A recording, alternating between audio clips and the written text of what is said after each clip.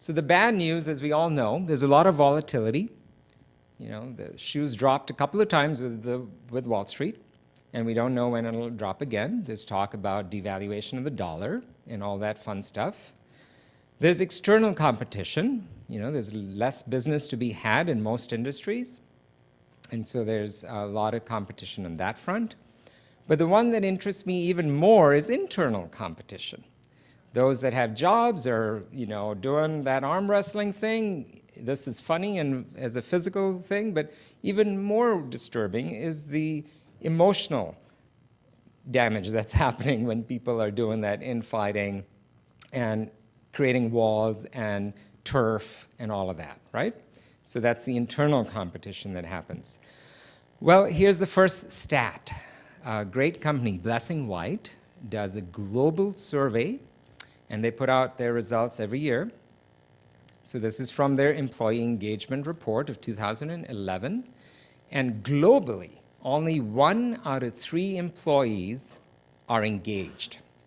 And I don't have the exact definition of how they define engaged, but I'll summarize it for you.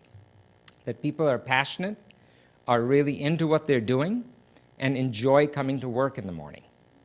Only 1 out of 3 globally. And the variance from, let's say, the US to other countries is very minimal. Very minimal. It's right around 1/3. So that's our starting point. The good news is that there's a lot of evidence that we really make an impact. Remember when you were a kid and you tossed a stone in a lake? Hopefully you do that still. Do it tomorrow. I mean, do it today, gosh, when you leave here, if you can find a place to do that. You always have a ripple. And if you notice, there's your ripple, and then there's the ripple of the people around you, and then your community, and then the world. That's branding.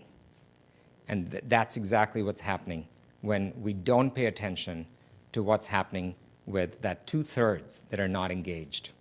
Your company is putting out ripples of that disharmony, disresonance in what's really happening.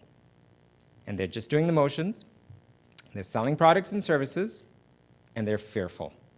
And they're checking out before they get to work, and they're checking out when they leave. It's a job. How are we any different if we start to live that way than the industrial age? Just because we have fancy toys, iPads and iPhones and laptops and you name it, doesn't make us any better unless we're consciously taking ownership for what ripple we put out there. So another video, Seth Godin, my favorite big consultant.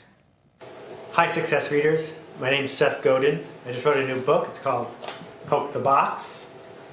Success is a funny thing. A lot of people who want it are looking for a map, looking for instructions, looking for a step-by-step way to get from where they are to where they want to go. And for a long time, the way to do that was to follow in someone else's footsteps. The way to do that was to look at what someone else was doing and do what they were doing, to follow the leader. To outwork them, sure, but to follow in the well-trodden path. And that worked for the entire industrial age. It worked if you were selling insurance, it worked if you were starting a company, it worked if you were working for a big one. But now, the rules have fundamentally changed.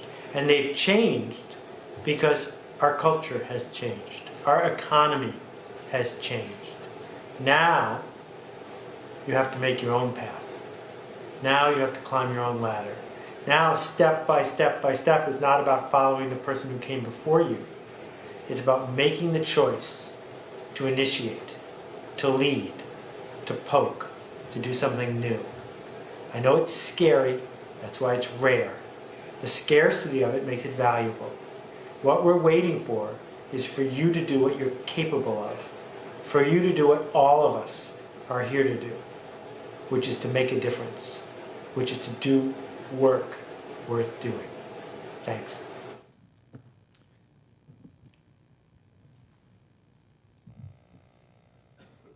So hopefully what that illustrates is this isn't just Bobby talking about this stuff. It isn't Marianne Williamson that's just talking about this stuff, but it's the biggest management gurus in the world that are talking about this stuff, and I'll give you more evidence along the way. Another favorite person of mine is Herb Keller, founder of Southwest Airlines. I'll read the quote since it's small print. "Your people come first, and if you treat them right, they'll treat the customer right." We're moving on from the age of, oh, gotta treat the customer right and everything else will happen on its own. Nope. Take care of your people, they'll take care of your customer. And no matter, I've never flown Southwest Airlines, and I'm a huge fan of Southwest Airlines for this reason. And their unique branding of how I believe, I've seen videos of it, how they announce and make fun and lighten the spirit rather than all that stress of boarding a flight. Little thing like that makes such a difference, and that's about their people. It's not some process, not some Six Sigma thing that some big consultant gave them to practice. It's about getting real. And as was mentioned, thanks to Diana about my introduction, I have a bit of a bias towards working with India. I'm Indian by origin. Great things are happening there, and they won't happen without us. It's very much a co-creation thing. India is successful because America is seeing the potential of India and China, et cetera, and that's how it's going to grow. They're not just going to grow on their own, they're going to grow together with us. So Vineet Nair is the chairman and CEO of HCL Technologies. They're massive. They're a big name. They're a key partner with Microsoft and others globally. And really, everything I see of him, if you go to his tweets, if you go just see his visibility, you'd almost wonder, how does he do his day job? He's not talking about his business at all. He's talking about this subject. Employees first, customers second. And then he takes it further with this quote that he made at the MIX, the Management Exchange Group. "I often wonder what would happen if we were to give Gen Y the license to reinvent companies completely." For instance, I hope you visited our booth. We're at booth 213. And I'm so honored and blessed to have a young lady, Jessica, who's standing at our booth representing us today. Her radiance, her connection with her authentic self, her realness, and true passion. She's not just a positive person. That's become like a bad word. I'm not talking about positivity. I'm talking about being real. She's a classic example of how to tap into Gen Y. I'll give you another one. There are large companies that are hiring from that generation. This is the 20-something-year-olds, and having them mentor back to VPs and senior management. And the job of that VP and senior manager is for her and him to just listen. Not mentor back the young person, but just listen. How brilliant is that? Are you doing that in your environment? Are you surrounding yourself with Gen Yers? Are you listening rather than pointing out how they're tardy, how they're about entitlement, et cetera? They're actually not. They're really much more about purpose than we ever have in our generations. Listen to that, tap into that, and harness it in a very authentic way, and great things are possible. So next, RSA Animations, another favorite group that just put out amazing stuff. A lot of their videos are on our YouTube channel. This video that I'm going to talk about, I'm not going to show you this video because it's about 10 minutes long, has had 6.8 million hits since April 1st, 2010, and it's Dan Pink. A lot of you probably know about Dan Pink and Drive, his book that's just got a gold mine of the science of motivation. I'm going to summarize it for you as follows. So they did a test. If we reward something, do you get more of that behavior you want? And if you punish something, do you get less of the behavior you want? Okay? So what they found is, and they did this test in the US, and then they did it in India as well. In Madurai, not just India, but a small community in India, and this is what they found. That the more you reward, the larger the cash reward that you gave in that experiment. If it's a mechanical, rudimentary, task, then yes, that reward helped. So if it's simple, straightforward tasks, the if-then carrot stick thing does work. But in a cognitive space, which is really what I'll judge that all of us are in. I don't think we're in the manufacturing engine mode of things, that larger reward actually was a disincentive, all the way from Madurai, India to the US, always.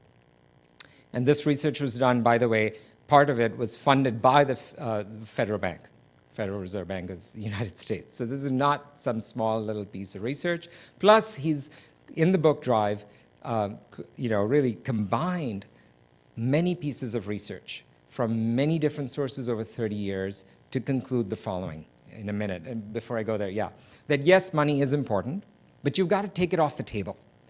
Don't hedge back on like that 10% difference with your competitor. Make it at least even. So it's not even part of the conversation, that it's taken care of. Pay people enough to take the issue of money off the table. Just take care of that. It's a must. Okay, your needs have to be met. If you're sitting there wondering how you're going to pay the bills, you're not going to do the following things I'm going to talk about. So you got to do that. But the three things he came up with in all that research were autonomy, mastery, and purpose, or as he calls it, intrinsic motivators, are really what increase productivity and give you that passionate employee that makes a difference in growing your business. Extrinsic motivation are the ones that I was just talking about, the money, the bonuses, the perks, etc. Those are extrinsic. The intrinsic ones are what he's found to be the true triggers. Here's a little more detail about them. Autonomy, the desire to be self-directed, the urge to direct our own lives. And I love what he says about this. He says, even if it's, for instance, I'll just take it to the brand example. So imagine if you have a brand that you don't really connect with what the company sells, but there's some aspect of it that you can find that has you connect with it. That autonomous connection in making your personal connection with the brand is the way I interpret autonomy. That I came to that myself. I didn't need training. I didn't need someone to tell me brand guidelines, etc. I arrived at that connection with the brand. Purpose, yearn to do what we do in the service of something bigger than ourselves. You'll hear time and time again these days, lots of people talking about this. It cannot be underestimated. From, again, Steve Jobs to Richard Branson, you name the biggest of the biggest, they will bear this out. And the research proves that that's true. And the last one is mastery. Desire to get better and better at what matters to us individually. So, does it really matter to us to keep cranking out widgets? Maybe for someone it does, and there's nothing wrong with that. I'm not downplaying that type of work. But finding that place where I can say, I want to get better at this. As I'm running a blank on the author, but the whole thing around 20,000 hours, or is it 10,000 hours of mastery? I mean, it takes a long time. Maxwell, thank you. Yeah, thank you. Yeah. Gladman, that's it. That's what it boils down to, is that repeated practice towards something that you really want to achieve, be it sports, be it profession, be it art, mastery. It is really what it comes down to. And I'm not a horse, I'm a person. So giddy up doesn't work, and the carrot and stick doesn't work with the information worker, the knowledge worker. So again, it comes back to that ripple. And the reason I bring back that slide now is to say that unfortunately, despite the fact that Dan Pink is a speaker around the world 365 days a year, this is really still what he concludes to, that there is a mismatch between the science, what science knows, and he's summarized and many others are talking about, and what businesses actually do. So my call to you is to say, let's wake up. Each and every one of us, that ripple we're putting out actually makes a difference. If you start to say, oh, but management sucks. The people around me don't understand. They don't get this. It's all about the stock. It's all about, ROI. Help them wake up and show them the connection and how it actually has tangible ROI.